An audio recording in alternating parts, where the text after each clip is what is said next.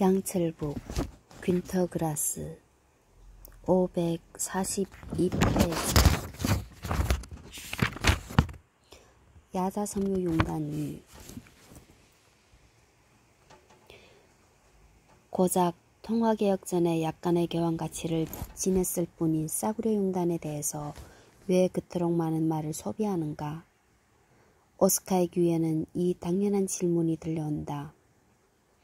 그러므로 미리 이 질문에 대답해 두기로 하자. 사실 이 야자용단 위에서 나는 다음 날 밤 비로소 도로테아 간호사를 만났다. 한밤중 가까이 되어서 나는 맥주와 선지 소시지로 배를 가득 채우고 집에 돌아왔다. 클레프는 구시가에 남겨두고 왔다. 그는 기타 주자를 찾고 있었던 것이다. 나는 순조롭게 차에 들러 집의 열쇠 구멍을 찾아내 복도용단 위에 올라서서 어두운 우윳빛 유리문 앞을 지나 내 방으로 들어갔다. 침대로 들어가기 전에 입고 있던 옷을 벗었는데 유감스럽게도 파자마만은 보이지를 않았다.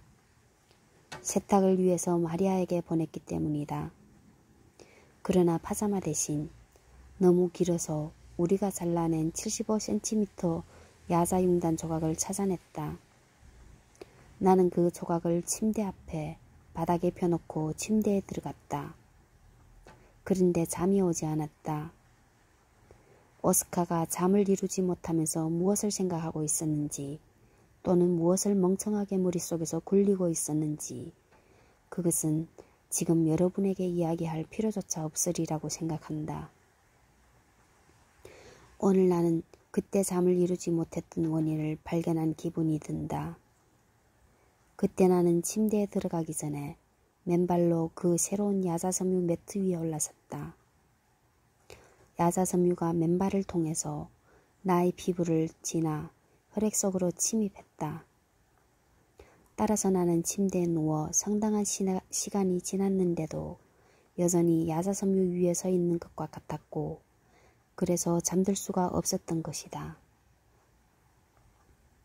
왜냐하면 야자섬유 매트 위에 맨발로 서는 일만큼 사람을 흥분시키고 잠을 쫓아버리며 사고를 촉진하는 것은 없기 때문이다.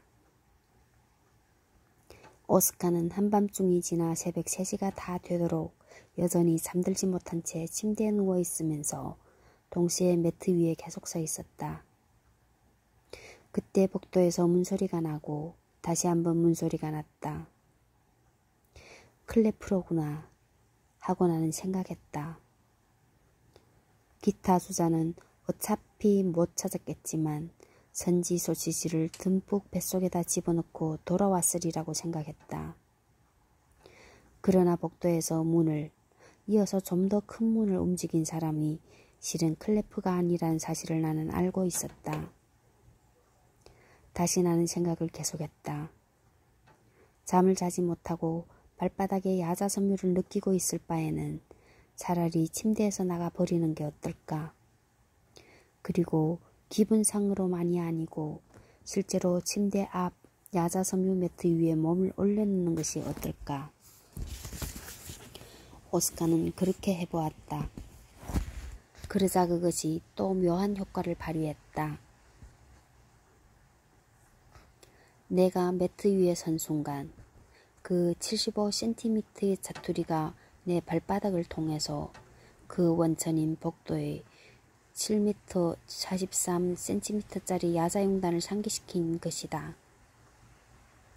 내가 잘라낸 야자섬유 조각을 동정했기 때문이었는지 아니면 내가 방금 복도의 문소리를 듣고 클레프의 귓가를 상상하면서도 그것을 믿지 않았기 때문이었는지 야하간 오스카는 아까 침대에 들어갈 때 파자마를 찾아내지 못했던 터라 허리를 굽혀 침대용 요의 두 귀퉁이를 두 손으로 각각 쥐고 두 발을 크게 벌려 매트 위에서 방바닥 위로 옮기고 매트를 두 다리 사이로 끌어올려 75cm의 길이로 거의 1m 21cm의 나치 앞을 가렸다. 이렇게 해서 그의 벌거벗은 몸을 교묘하게 감추기는 했지만 이제 그는 쇄골에서 무릎에 이르기까지 야자섬유의 영향을 받게 되었다. 이 영향력은 오스카가 그 야자섬유제 옷으로 앞을 가린 채 어두운 자기 방에서 역시 어두운 복도로 결국 야자용단 위로 나갔을 때 한층 더 높아졌다. 이런 식으로 용단의 섬유가 닥쳐온 이상 내가 걸음을 빨리 해서 발밑의 영향력에서 벗어나 자신을 구출하려고 야자섬유가 깔려있지 않는 장소, 즉 화장실로 단숨에 달려갔다고 해서 무엇이 이상하겠는가. 그런데 화장실은 복도나 오스카의 방과 같이 어두웠는데도 누군가가 사용 중이었다. 여자의 작은 외침이 들려서 그것을 알 수 있었다. 거기에 또 나의 야자섬유 모피가 앉아있는 사람의 무릎에 닿았다. 나는 화장실에서 나가려고 하지 않았다. 왜냐하면 내 뒤에서는 야자용단 섬유가 나를 위협하고 있었으니까. 그러자 내 앞에 앉아있는 여자가 나를 화장실에서 내쫓으려고 했다. 누구세요? 무슨 일이에요? 나가주세요. 내 앞에서 말소리가 들렸다. 그것은 아무리 생각해도 차이들러 부인의 소리가 아니었다. 조금 가련한 목소리였다.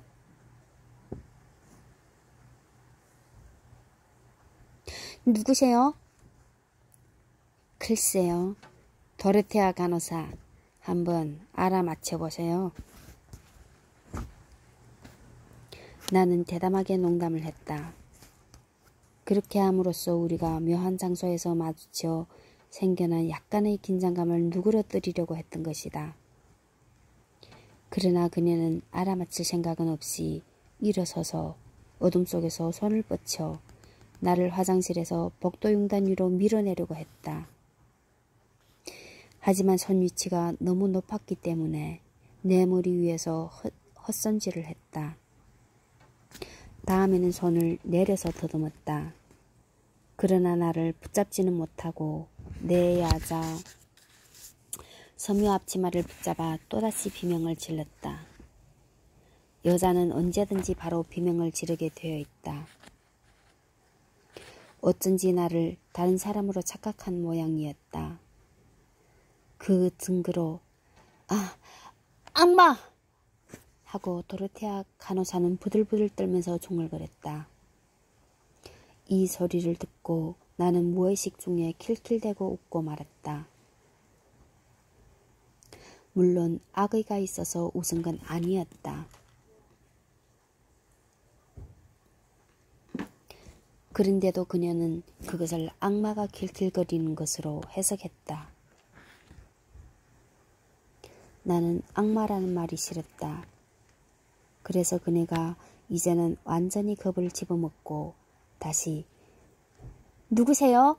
하고 물었을 때 오스카는 대답했다. 나는 사탄이다. 도르테아 간호사를 만나러 왔다. 그러자 그네는 물었다. 오, 맙소사. 그렇지만 도대체 무슨 일로? 나는 이 배역에 서서히 빠져들었고 내 안에 깃들인 사탄을 후견인 삼아 말했다. 사탄은 도르테아 간호사를 좋아한다. 싫어. 나는 싫어요. 그녀는 여전히 팔을 내밀고 탈출을 꾀했으나 또다시 내 야자의상의 악마 같은 섬유에 손을 부딪히고 말았다. 그네의 잠옷은 매우 얇은 듯 했다. 게다가 그네의 열 손가락이 유혹적인 밀림의 포로가 되어버렸기 때문에 그는 기운이 빠져 정신을 잃었다. 도르테아 간호사가 앞으로 고꾸라진 것은 확실히 가벼운 실신 탓이었다. 나는 내 몸에서 떼내어 높이 치켜든 그 털가죽을 이용해 쓰러지는 여자를 받치고 상당히 오랫동안 그대로 버티고 있었는데 그동안의 사탄력에 어울리는 결심을 굳힐 수 있었다. 그래서 나는 조금 물러서서 그네에게 무릎을 꿇을 수 있게 해주었다. 그네의 무릎이 화장실의 차가운 타일이 아니라 복도의 야자용단에 닿도록 조심하고 그네의 몸을 위로 쳐다보게 했으며 머리를 서쪽, 즉 클레프의 방 쪽으로 향하게 하여 기다랗게 용단 위에 누웠다. 그네의 뒷면은 적어도 1m 60cm에 걸쳐 야자섬유에 닿아 있었으므로 나는 그네의 앞면도 같은 섬유로 덮어주었다. 그렇지만 75cm의 길이밖에 마음대로 쓸 수가 없었다. 처음에는 75cm의 매트를 그네의 턱 밑에 대어보았으나 그러면 반대쪽 끝이 아무래도 넓적다리보다 훨씬 밑에까지 내려간다. 그래서 이번에는 그 매트를 10cm쯤 위로 끌어올려 그네의 입 위까지 가지고 갔다. 그러나 도로테아의 코는 덥지 않았으므로 호흡에 지장은 없었다. 오스카 또한 매트 위에 누워 매트의 많은 섬유를 떨게 했을 때 그네는 숨을 거칠게 쉬었다. 나는 도로테아 간호사와 직접 살을 대지는 않고 먼저 야자 섬유의 힘을 쓰기로 했으며 더 나아가 도로테아와의 대화도 다시 시작했다. 그네는 여전히 반실신 상태에서 속삭였다. 오 하느님, 오 하느님. 그러고는 되풀이해서 오스카 이름과 신분을 물었다. 내가 사탄을 자칭하고 사탄이라는 말을 악마적인 귀옛말로 소곤거리며 온갖 대사로 나의 거처인 지옥을 이야기해줄 때마다 그녀는 야자용단과 야자 매트 사이에서 오들오들 떨었다. 나는 그런 말을 속삭이면서 매트 위에서 열심히 체조를 하여 매트를 계속 움직였다. 왜냐하면 야자섬유가 도로테아 간호사에게 어떤 감정을 일으키는 것을 내 귀가 흘려버리지 않았기 때문이다. 그것은 훨씬 이전에 비등산이 그리운 마리아에게 일으킨 감정과 비슷했다. 비등산의 경우에는 충분히 잘 행동하여 만족스러운 결과에 도달할 수가 있었는데 이 야자 매트 위에선 치욕적인 실패를 겪었다. 나는 닻을 내리는데 성공하지 못했다. 비등산 시절 이후로는 줄곧 단단해져서 목적을 달성할 수 있었던 그것이 이 야자섬유 속에서는 고개를 숙여버리고 그럴 기분도 내켜 하지 않으면서 작은 모습 그대로였다. 겨냥을 하려고 하지도 어떠한 유혹에 기대려고 하지도 않았다.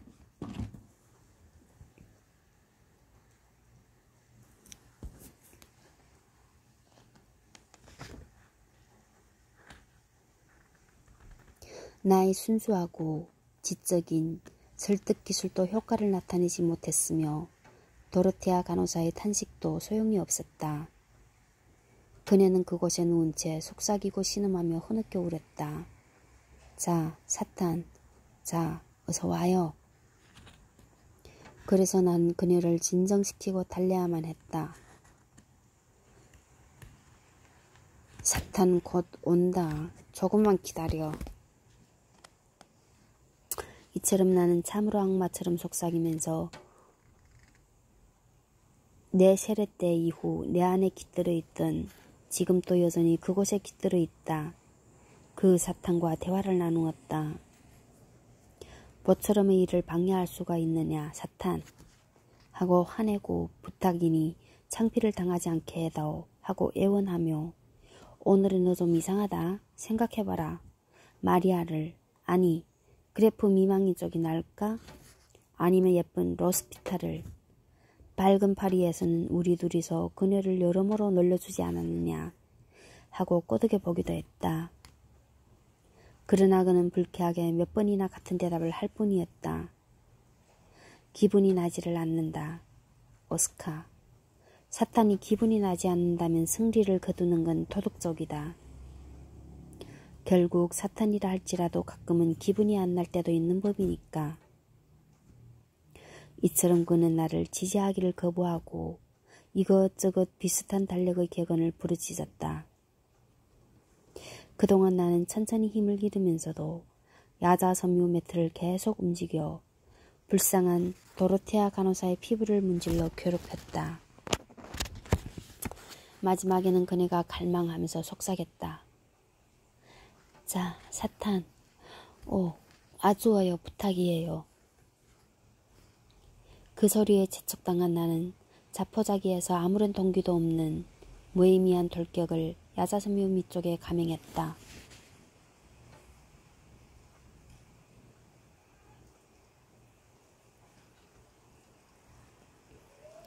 탄환을 제지하는 권총으로 표적의 중심을 명중시키려고 했다. 그녀도 사탄에 협력하려고 두 손을 야자 매트 밑에서 내밀어 나를 끌어안으려고 했고, 그리고 사실 나를 끌어안았다.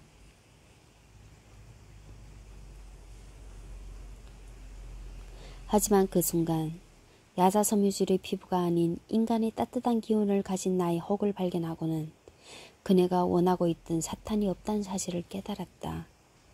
그녀는 이미 자, 사탄, 와주어요 라고 속삭이기를 그만두고 기침을 한 차례 하더니 딴 사람 같은 목소리로 맨 처음 질문을 거칠게 들이댔다. 도대체 누구예요? 당신은 무슨 일이죠? 일이 이쯤 되자 나로서는 움츠러들어 대답할 수밖에 없었다. 나는 호적상으로는 오스카 마체라트라고 하며 그네 이웃에 살고 있고 그네를 마음속 깊이 뜨겁게 사랑하고 있다는 것을. 아마도 심술궂은 사람이라면 도르테아 간호사가 저주의 말과 주먹으로 나를 야자용단 위에 난폭하게 내동댕이 쳤다고 생각하겠지만 여기서 오스카는 비애감과 함께 약간의 만족을 느끼면서 보고할 수가 있었다.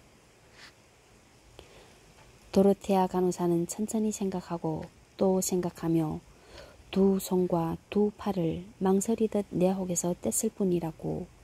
그것은 말하자면 무한히 슬픈 애무와 비슷했다. 그리고 그녀는 이내 흐느껴 울기 시작했으나 귀를 때릴 정도로 요란한 소리는 아니었다. 그녀가 나와 야자 매트 밑에서 몸을 옆으로 움직여 내게서 빠져나가 잇따라서 내 몸을 미끄러져 내리게 했다고 깨달았을 때는 벌써 복도에 깔아놓은 물건이 그네의 발소리를 빨아들인 뒤였다. 문 여는 소리가 들렸다. 열쇠를 돌리는 소리가 났다. 그러자 곧 도르테아 간호사의 작은 방 우윳빛 정방형 유리 6개가 안쪽에서 빛과 현실을 받아들였다. 오스카는 누운 채 매트로 몸을 덮었다. 매트에는 악마적인 장난을 했을 때의 온기가 아직 조금은 남아있었다. 내 두 눈은 불이 켜진 사각형에 못 박혀 있었다. 때때로 그림자 하나가 우윳빛 유리 위에 비쳐 움직였다. 지금 그녀는 양복장이 있는 데로 갔다. 이번에는 장롱이 있는 곳으로 갔다고 나는 자신에게 일렀다. 오스카는 개처럼 행동해보고 싶었다. 나는 매트를 덮은 채 용단 위를 기어서 그녀의 방문 앞까지 가서 문의 나무를 핥히고 조금 몸을 일으켜 계속 빌면서 한쪽 손을 밑에 있는 두 장의 유리 위에 어른거리게 했다.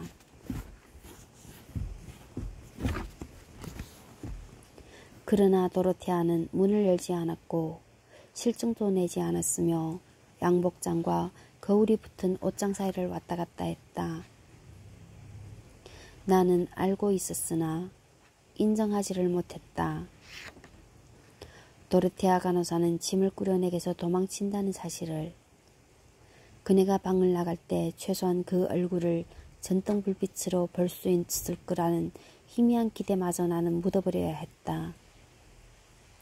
처음에는 우윳빛 유리 저쪽이 어두워지고 이어서 열쇠 소리가 들렸으며 문이 열려 야자용단 위에 신발이 나타났다. 내가 그네 쪽으로 뻗친 손은 짐가방과 양말을 신은 다리에 부딪혔다.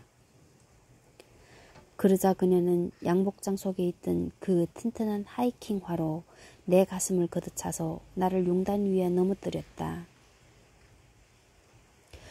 오스카가 벌떡 일어나서 다시 한번 도르테아 양 하고 애원했을 때는 이미 현관문이 닫히고 있었다. 한 여성이 나를 버린 것이다. 여러분과 내 슬픔을 이해해 주실 모든 사람은 여기에서 이렇게 말할 것이다. 침대로 가거라, 오스카. 그와 같은 굴욕적인 일이 있었는데 그 이상 또 무엇을 복도 위에서 구하겠단 말인가. 새벽 4시다. 벌거벗은 채로 너는 야자용단 위에 누워있다. 섬유질 매트로 간신히 몸을 덮고 있을 뿐이다. 손과 무릎이 벗겨지지 않았는가. 너의 심장은 피를 흘리고 있다. 너의 성기는 아픔을 호소하고 있다. 너의 지옥은 하늘을 향해서 소리치고 있다. 너는 차이덜러스의 잠을 깨워버렸다. 그리고 그는 아내를 깨웠다. 그들이 나온다. 거실 겸 침실의 문을 열고 너를 발견하게 되리라. 침대로 가거라, 오스카. 이제 곧 5시다. 이와 똑같은 권고를 나 자신도 용단 위에 누워있는 그때의 나에게 했다. 나는 추위에 떨면서 그대로 누워있었다. 나는 도로테아 간호사의 육체를 다시 불러오려고 했다. 하지만 느껴지는 것이라고는 야자 섬유뿐이었다. 이 사이에까지 야자 섬유가 끼어 있었다. 그러던 중 한 줄기 빛이 오스카 위에 떨어졌다. 차이들러의 거실 겸 침실문이 조금 열려 차이들러의 고슴도치 머리가 보이고 그 위에서는 금속재 컬 클립을 잔뜩 단 머리가 내다보고 있었는데 차이들러 부인이었다. 그들은 가만히 응시하고 있었다. 그는 기침을 하고 그녀는 킬킬거렸다. 그가 나를 불렀으나 나는 아무 대꾸도 하지 않았다. 그녀는 계속 킬킬거리며 웃었다. 그가 그것을 막았다. 그녀는 내가 어디가 아픈지 알고 싶어 했다. 그는 안 되겠다고 말했으며 그녀는 이 집은 완고한 집안이라고 말했다. 그는 방을 나가달라고 위협했다. 그런데도 내가 잠자코 있었던 것은 그 정도로는 아직 부족했기 때문이다. 그러자 차이들러 부부가 문을 열고 그가 복도의